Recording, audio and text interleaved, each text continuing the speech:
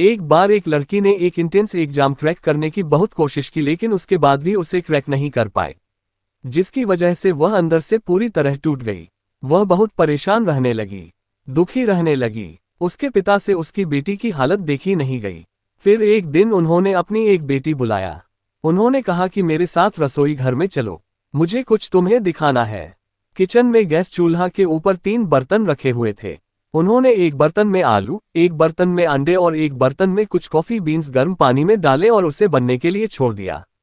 कुछ देर बाद उसके पिता ने पहले बर्तन से आलू निकाला, दूसरे बर्तन से अंडे को निकाला, तीसरे बर्तन से उन्होंने कॉफी निकालकर अलग बर्तन में छान लिया। उन्होंने अपनी बेटी से कहा, तुम्हें क्या दिखाई दे रहा है? उसकी बेटी ने बोला, इसमें क्या है? एक बर्तन में आलू है, एक बर्तन में अंडे है और एक बर्तन में कॉफी है। पिता ने कहा कि इन्हें छूकर देखो, शायद तुम्हें कुछ समझ में आए। उसने आलू को छुआ, वह काफी सॉफ्ट हो चुके थे। उसके बाद उसने अंडे को तोड़ा, वह काफी कड़े हो गए थे।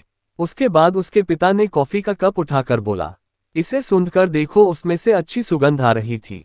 उसके पिता ने अपनी बेटी से कहा, तुमने देखा, तीनों को एक ही परिस्थिति में रखा लेकिन उन्होंने अलग अलग रिस्पॉन्ड किया। पहला जो आलू था, वह पहले तो स्ट्रांग था, उसको जैसे गर्म पानी में डाला मुलायम हो गया, यानी कमजोर पड़ गया।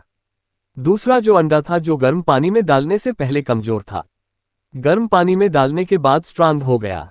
तीसरा जो कॉफी था, जो अंदर से कोई बदलाव नहीं किया, उसने सिचुएशन को ही बदल दिया।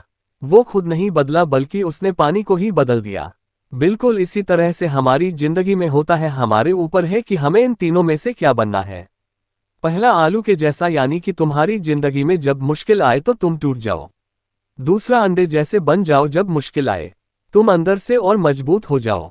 या तीसरा काफी बन जाओ, जब तुम्हारी जिंदगी में कुछ मुश्किलें आए, ना तुम मुश्किलों का डटकर सामना करो बल्कि अपनी जिंदगी को ही बदल दो।